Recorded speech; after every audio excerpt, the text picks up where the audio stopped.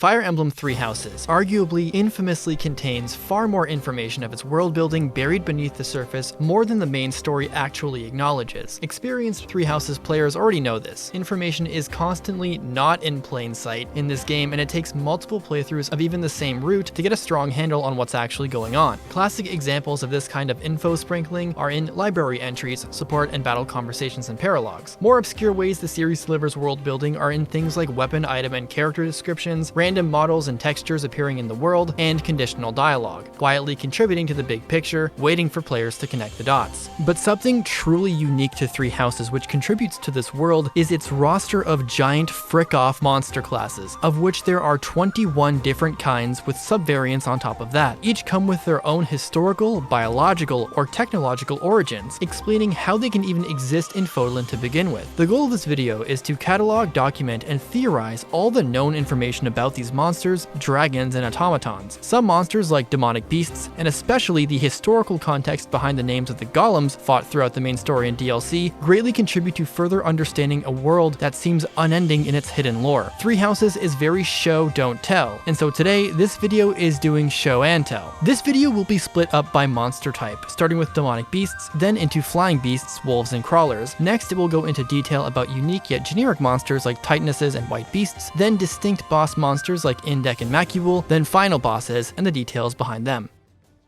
But first, a message from today's sponsor, Sword of Convaleria, a fantasy tactical RPG gacha that brings a unique blend of gorgeous 2.5D pixel art and strategic turn-based gameplay. The nation of Iria's abundance of luxite, a precious material imbued with magical power, has led to many power struggles and conflicts surrounding its ownership. But its latest problem, the one that concerns the heroes of this story, begins with a suspicious riot in Wave Run City. From here, the player can expect over 120 hours of storytelling, with multiple endings thanks to its choice-based narrative.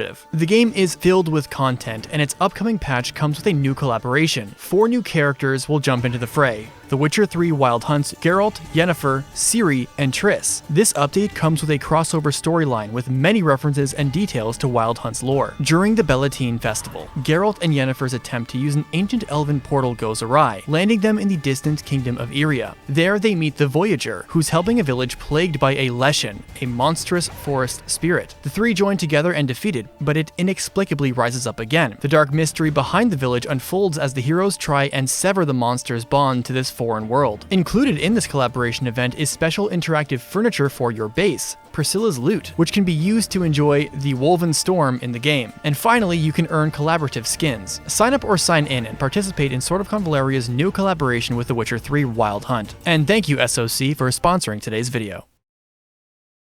The Wild Demonic Beast. The most basic monster in Three Houses is this guy. It also has the most straightforward lore. It's a wandering animal, or maybe a human, who ingested a crest stone, mutated, and went berserk.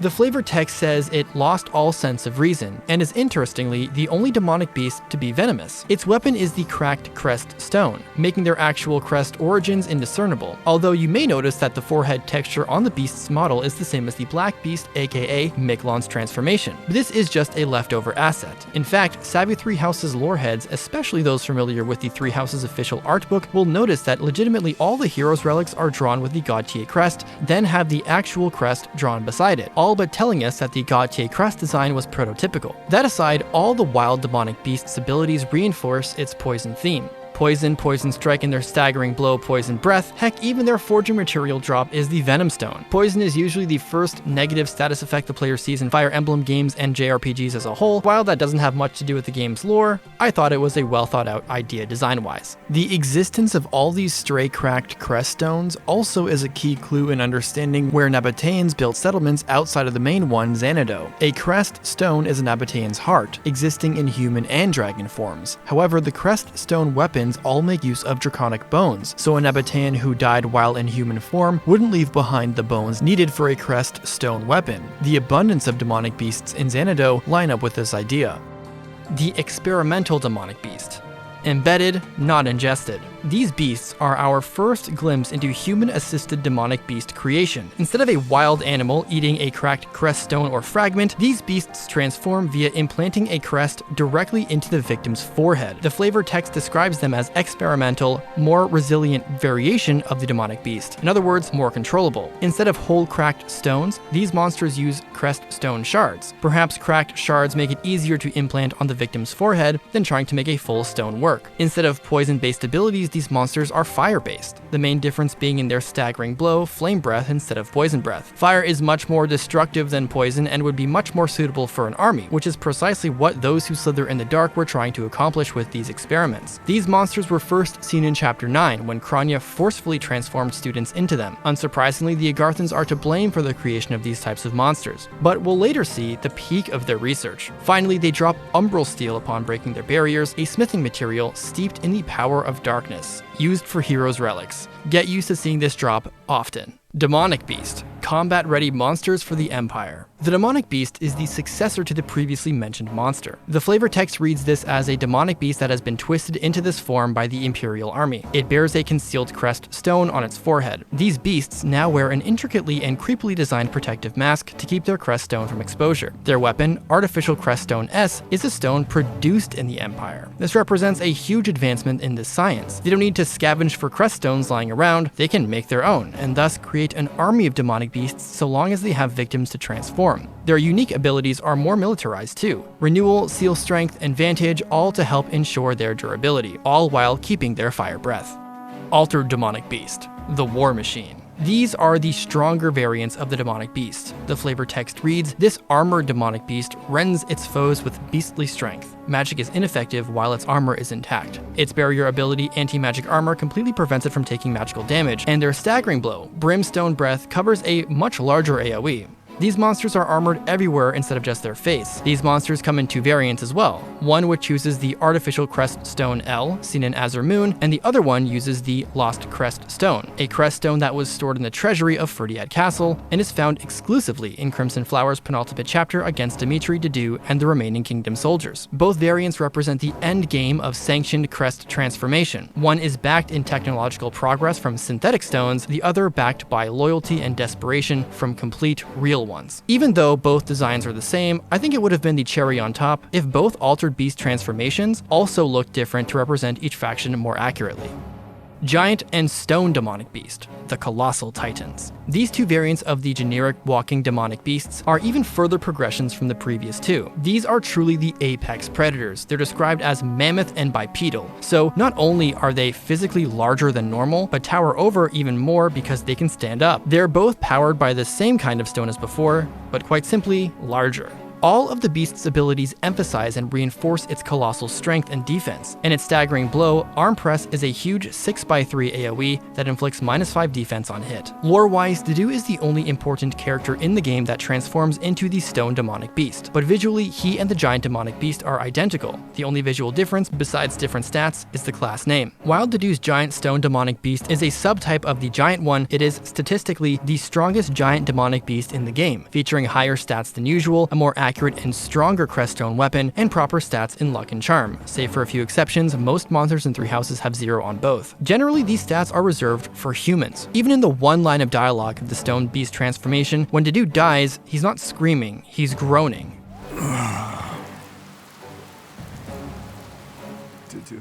And his voice is recognizable. Perhaps this is meant to represent that Dedue is still tethered to his humanity and is in much more control than he ought to be. Though that's just a theory that I have. The next group of monsters are Demonic Beast bosses, each with a unique design and set of abilities. The Black Beast, Miklon's transformed state. In Chapter 5 of White Clouds, after defeating Miklon, the Lance of Ruin fully rejects him and forcefully transforms him into the Black Beast. This monster is visually very distinct from the above-mentioned monsters. He is one of 2 monsters in the game to not only be forcefully corrupted by a creststone, but the entire hero's relic. The monster's spines visually represent the lance itself in monster form. The model's forehead features a texture that reads Death 13, referencing the Death card in the Tarot, which the creststone of Gautier is associated with. And for those unaware, all 22 crests in the game represent the Tarot Arcana. You'll see this texture in different forms as the video continues. Finally, his staggering blow is called Thorns of Ruin, which derives from the relic's own name. The Wandering Beast, Maurice's transformed state. Maurice and the Wandering Beast is one of the most lore-heavy singular monsters in the game. Its flavor text reads, "This mysterious demonic beast may be connected to the crest of the beast somehow," and he wields the crest stone, Beast. A crest stone which was once embedded in the Blood Gang, and a staggering blow, Heavy Strike, covers a large AoE and rattles on hit. Like the Black Beast, in-game texture of the Wandering Beast's model shows the crest with the text, "The Devil, 15, representing the Devil card in the tarot. Lore-wise, there's more than usual to go over, but we'll keep it condensed. Maurice was originally the 11th elite, who, like the other 10 elites recruited by Nemesis, was a formidable warrior. Nemesis gave him Blood Gang, and the blood of a storm dragon to acquire its crest. But due to his mental decline, disappearance, and eventual transformation into a demonic beast, his part in history was mostly scrubbed, lost his status as an elite, and the reputation of his clan became one of perpetual misfortune. Hence why the self-loathing Marianne believes she's cursed because of her bloodline. Claude notes that the Wandering Beast looks similar to the Black Beasts. When the Wandering Beast is killed, he leaves behind his remains and the Blood Gang itself. The Crest Scholar in the paralogue notes that Maurice didn't let go of his sword until the very end, and Marianne believes Maurice was wandering the woods suffering for his past, and throughout the paralogue dialogue, Maurice is fully aware. Maurice is the only unnatural monster besides the Hegemon Husk to be sentient enough to speak and have thoughts of his own. That sword, it's the sword of the king. Are you the one who can liberate me? As we will discuss in the Hegemon Husk section, it makes one wonder if the crest of the beast, or rather the soul of a storm dragon, is particularly resilient. Next, we'll talk about flying beasts, followed by miscellaneous monsters that are both one-offs but not boss monster status. Giant Bird. Generic flying monsters. The giant bird's abilities highlight its evasiveness with skills that boost avoid and reduce damage. Avoid +10, Defiant Speed, Enclosing Wall, Giant Wings, and Darting Blow, with its staggering blow being Sky Fisher, a 4x2 AoE that inflicts freeze. Unlike what one may expect, the giant bird, wolf, and crawler are said to have grown to an unnatural size through the absorption of magic, particularly a dark stone, the weapon of each of these monsters described as a magic crystal that was ingested. This dark stone is not related to crest stones, relics, or fragments of either, suggesting that some other method exists to create monsters. However, no faction is terribly concerned with it. Giant birds drop mithril on barrier break, described as a smithing material blessed with holy might, used for blessed weapons, sacred weapons, and Arcanean regalia. Them dropping mithril may also be in reference to their ability to fly, with mithril associated with holy weapons used by the church, who are of course connected with the heavens above. That said, the drops for the giant bird being mithril is also for player convenience. Without them, the only other ways to pick up mithril is from golems and white beasts, both of which are very rare, and the latter being route exclusive to the last chapter of that route. But if there were any lore tie-in, my best assumption would be that.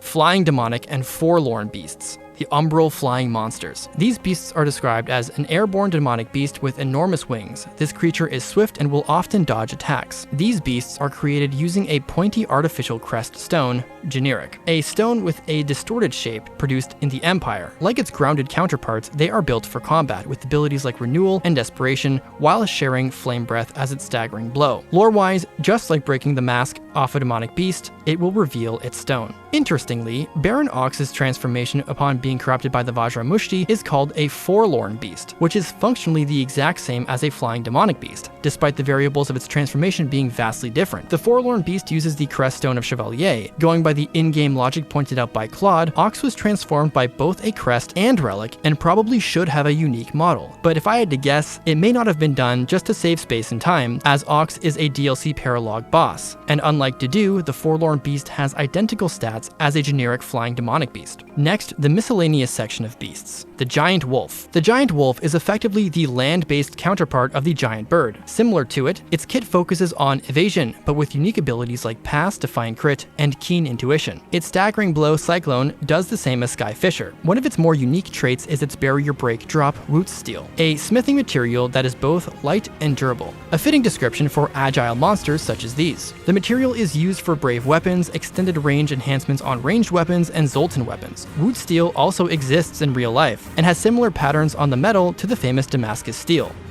Giant Crawler. It is a giant worm. Nothing is particularly unique about the Giant Crawler abilities-wise besides having Monster Effect Null as one of its abilities, and like its other giant Darkstone-eating friends, has a staggering blow that freezes on hit. The Crawler drops Agarthium on barrier break, and that is the real interesting fact, and the reason why may shock you, but more on that later. Now let's talk about unique story-related monsters. The White Beast, church versions of flying demonic beasts. Switching factions from the Agarthans transforming humans, we now have Nabateans transforming humans. The White Beast flavor text reads, "This cardinal of the Church of Seiros has been transformed and gone mad due to the rage of the Immaculate One. They wield the blessed crest stone shard. This crest stone shard, bestowed by a saint, can be wielded as a magic weapon. These cardinals, turned to dragons, appear exclusively at the last chapter of Silver Snow. They were originally humans gifted fragments of the Creststone of Seiros and her blood. Due to the humans' connection to Seiros, when she transformed and went berserk, this triggered their transformation and compelled them to defend her. Interestingly, this makes one wonder how Rhea was able to siphon literal pieces of her heart as shards for those humans to use. Their latent ability being Miracle is also thematically fitting, as Miracle, as a skill or item effect, has always been associated with light magic. Titanus, Agarthan automatons. The Titanus is an Agarthan technological marvel. Its flavor text describes them as weapons made with forgotten knowledge. It wields the giant Katar, a massive double-bladed sword, and protects itself with a formidable shield. Its abilities complement its focus on defense. Equipped with both Pavis and Aegis, Axebreaker and Swordfare, and Titanamaki, a 6x3 AoE which reduces speed by 5 on hit. The Titanamaki is also a conflict in Greek myth that saw Zeus and the gods conquer the Titans and take their place as rulers of the earth. Like I mentioned before, they drop Agarthium. Lore-wise, what is truly fascinating about them comes from the Three Houses official art book. The translated page says the Titanus or Sand Titan armor is created from silicon.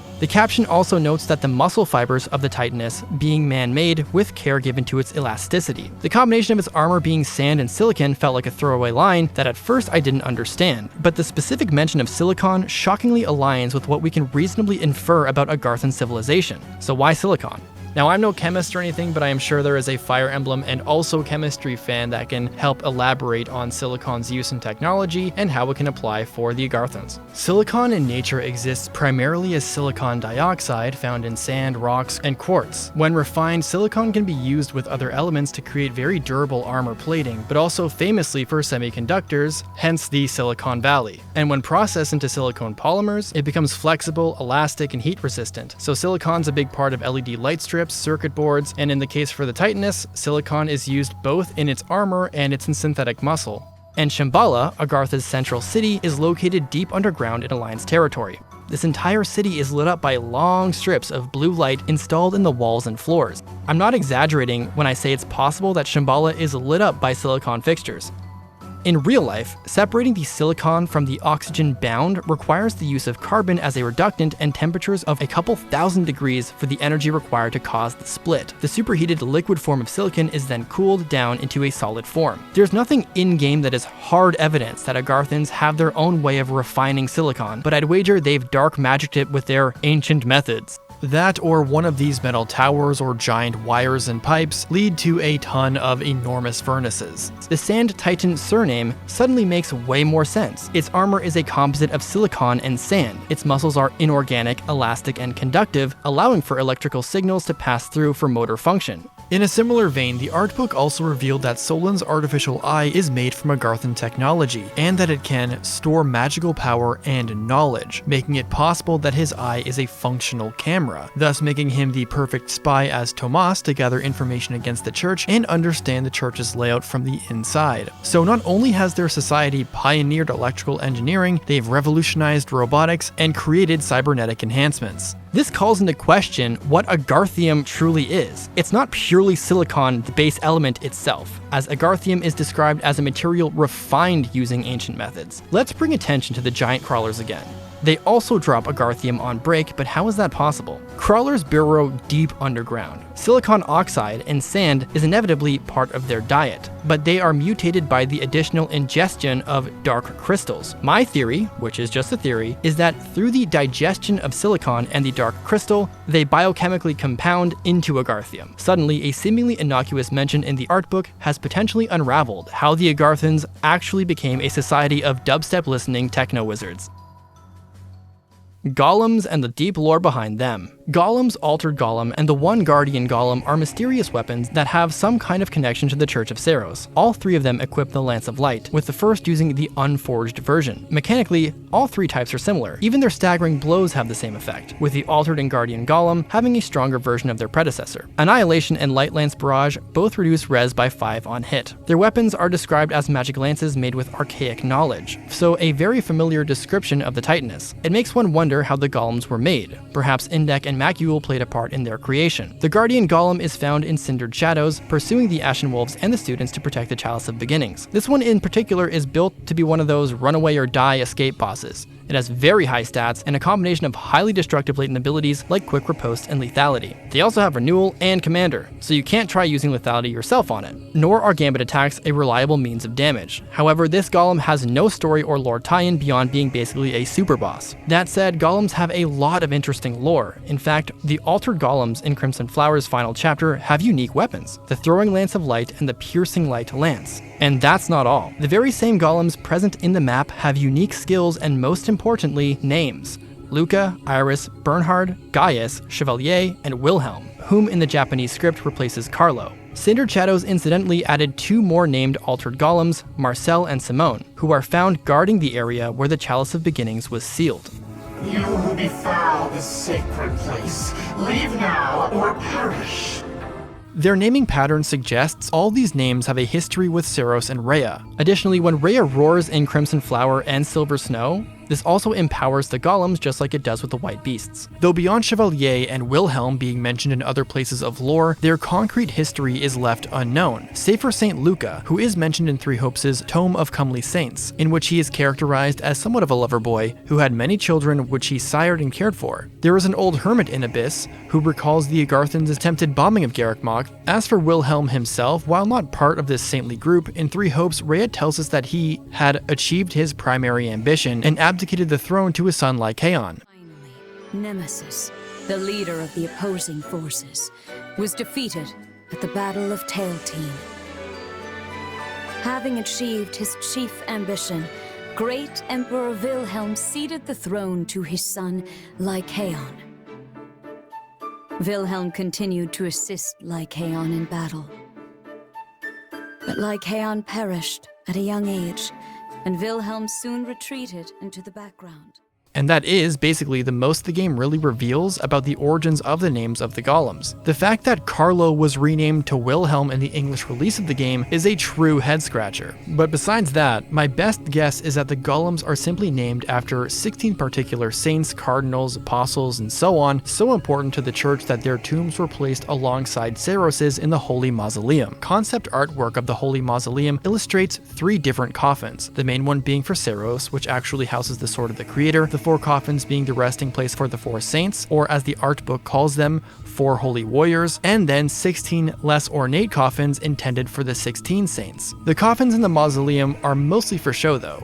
Many of the saints in question faked their own deaths and still live by the present events of the game. Seiros and the 4 saints are still alive, and the 4 apostles all left the church. This is all to say that the Golems probably got their names from important saints and cardinals and apostles who are possibly buried in the mausoleum. Now for the most unique boss monsters of the game. Macuil, the Windcaller, Lord of the Desert. Macuil's flavor text reads, "With wings that control the very wind, the Windcaller possesses vast intelligence and exalted strength." Macuil is a wind dragon, and like the giant bird, has abilities that benefit its speed. Like other big dragon bosses in the game, he comes with ancient dragon skin and dragon scale wall. Gale is a staggering blow with a huge 7x4 AoE, the standard range for legendary boss monsters. Lore-wise, Macuil is one of the 4 saints, but unlike his counterparts, he didn't have a great rapport with humanity. That said, there are still humans with his crest.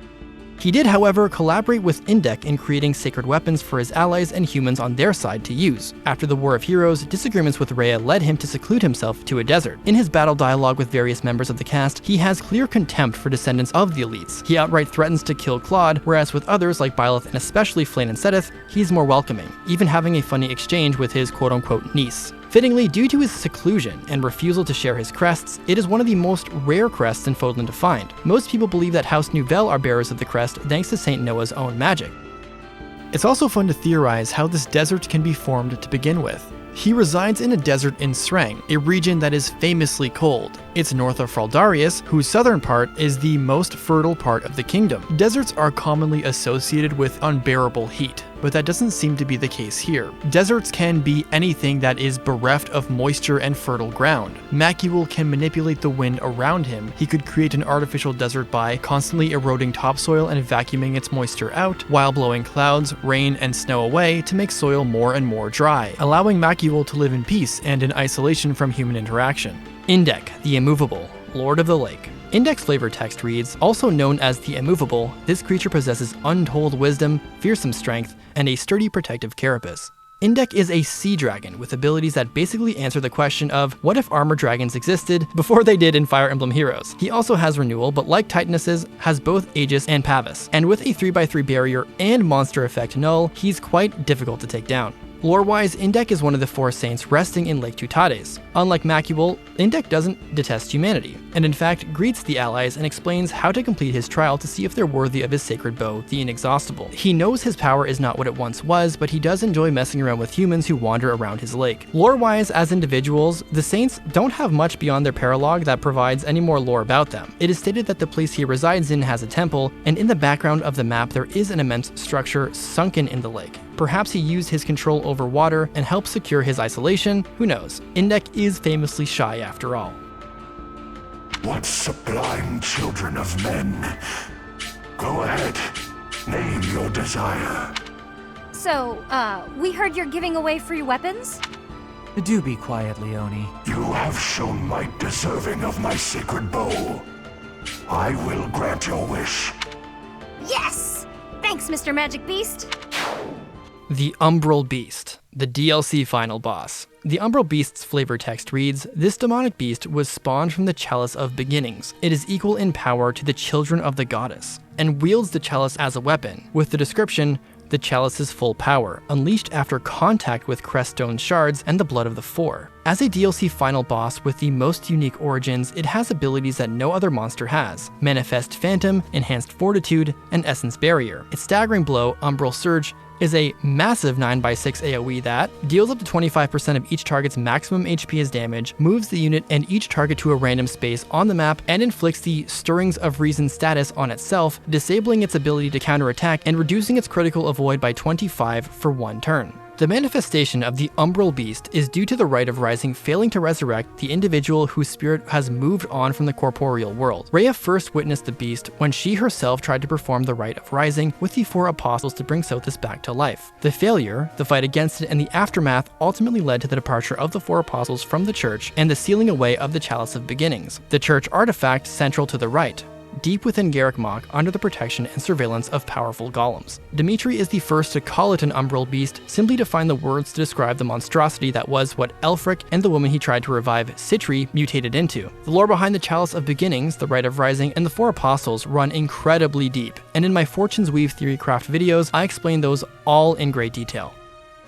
Hegemon Husk, the peak of a Garthan transformation. The flavor text of this class reads, Edelgard, transformed by archaic methods into a grotesque form. She is now able to use the full and unbridled power of her crests. As a final boss, Edelgard doesn't possess that many unique abilities, but the combination of Commander and Monster Effect Null, with Vantage, Desperation, and Wrath as latent abilities stacked together, make her harder and harder to deal with as the fight goes on. Twin Crests allows her to take 2 actions per turn, which is going to be used mainly to attack the player over and over and over again. Wilted Flower is a powerful AoE that both ignores protection entirely and rattles on hit. Lore-wise, harnessing the full power of both her crests, she takes the form of the Hegemon Husk through a painful transformation as the allies in Azurmoon breach Enbar Castle, and is also able to survive reverting back into her original form. The methods she uses to transform are described as archaic, but we don't really get to see what that truly means. The following is conjecture on my end, but I'm going to talk about it anyway. It's possible that she harnesses the crest of the beast within a mirror to start the transformation. In Three Hopes, Talus forces Edelgard to transform by harnessing the power of the crest of the beast to seemingly amplify his dark magic to make it happen, whether it was to seal her mind away, or to trigger the transformation, or maybe both. Regardless, Azurmoon shows it's a form Edelgard and Hubert know about and are fully aware that tapping into its power comes with risks. Maurice's crest in general is interesting. Both the Wandering Beast and the Hegemon Husk are the only 2 sentient unnatural transformations in the game. Perhaps the Agarthans use Maurice's fate as a hypothesis for free-willed monsters. There are two versions of the Immaculate One in the form of a final boss. The first is in Crimson Flower and the second in Silver Snow. The story circumstances of each also have them equipped with different abilities in combat. The Immaculate One in Crimson Flower's flavor text reads, "This child of the goddess, extolled in legends, was said to have protected the people and cared for the land. But now..."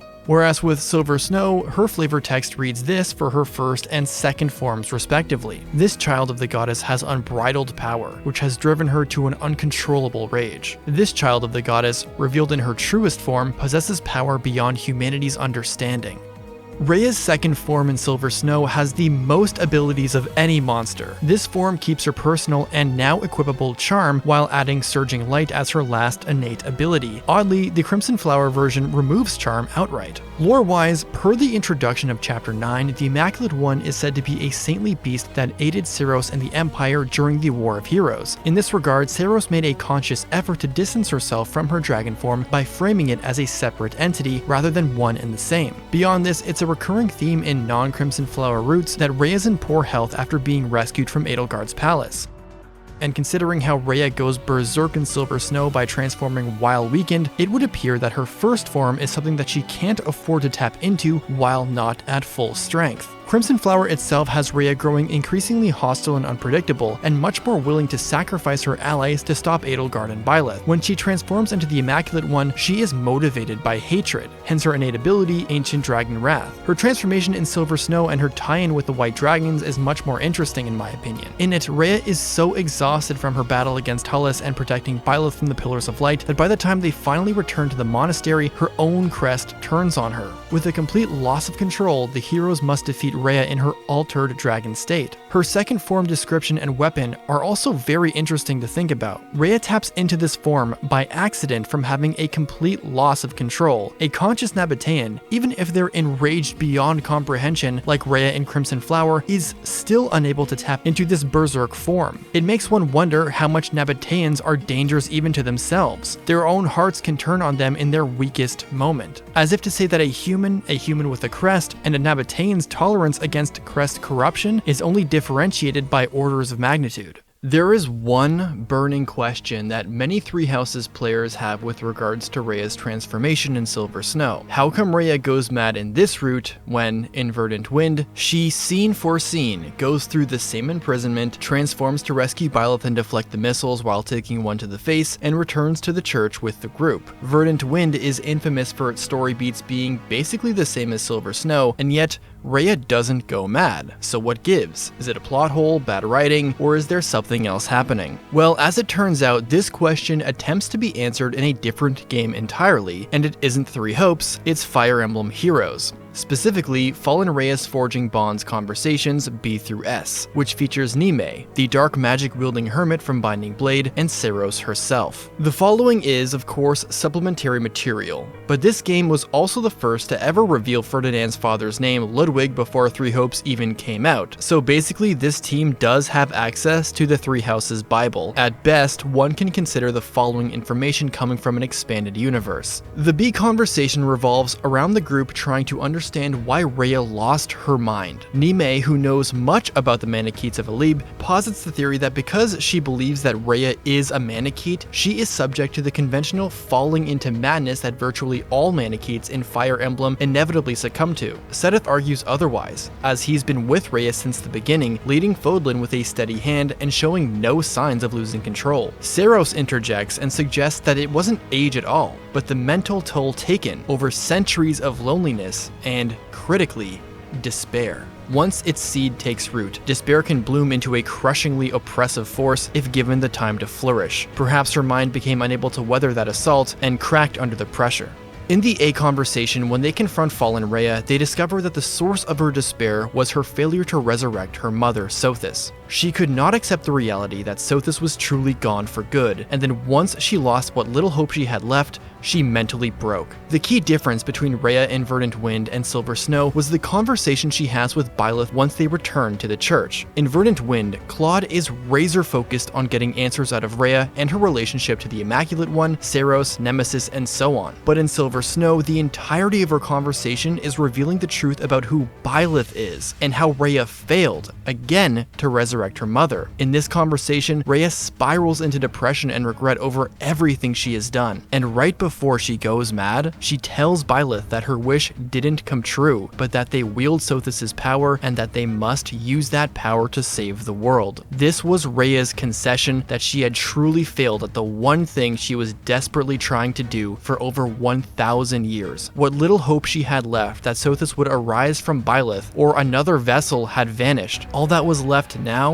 was guilt and despair. And with her body completely beaten and battered, she physically could not contain her crest stone from overtaking her.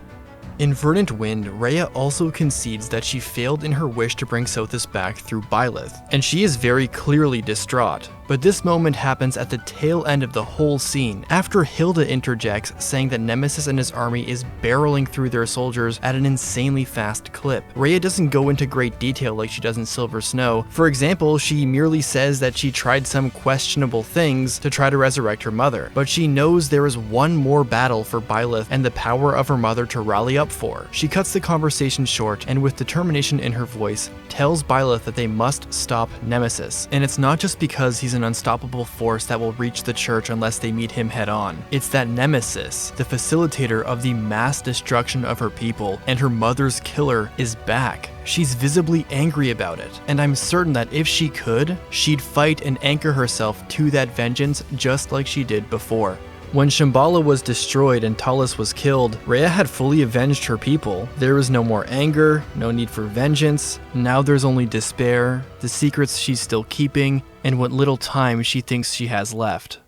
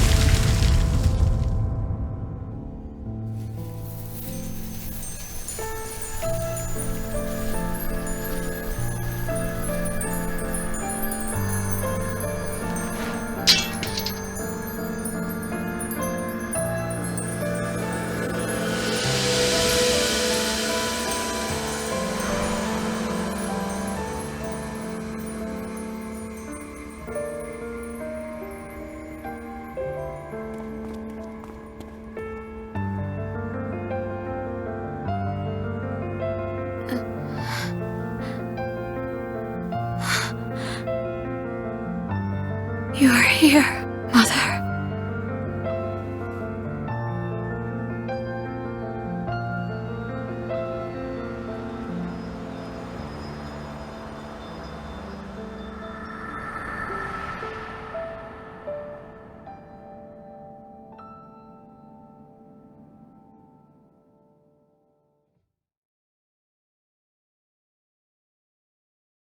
What started out as an obscure general Fire Emblem Three Houses trivia video idea that intended to only briefly mention the Golem names as one of 10 topics, crest-stoned itself into this over 30-minute long monster deep dive. And finally, this exploration into Fodlan's creatures has reached its end. The diverse roster of monsters in this game do so much more than act as obstacles for the player to overcome. Their unique origins, even down to the smaller details, are essential to the game's world building. The meticulousness behind the origins, abilities, item drops, textures, weapons, and so on enrich this continent's history without bringing that much attention to itself. Some secrets are outright cool as heck, others are shocking and get creepier the more you let your imagination run with them. And honestly, that's my favorite kind of video game world building. And so I hope you learned a thing or two. And if you did, let me know in the comments below. Thank you so much for watching, and I'll see you in the next one. Deuces.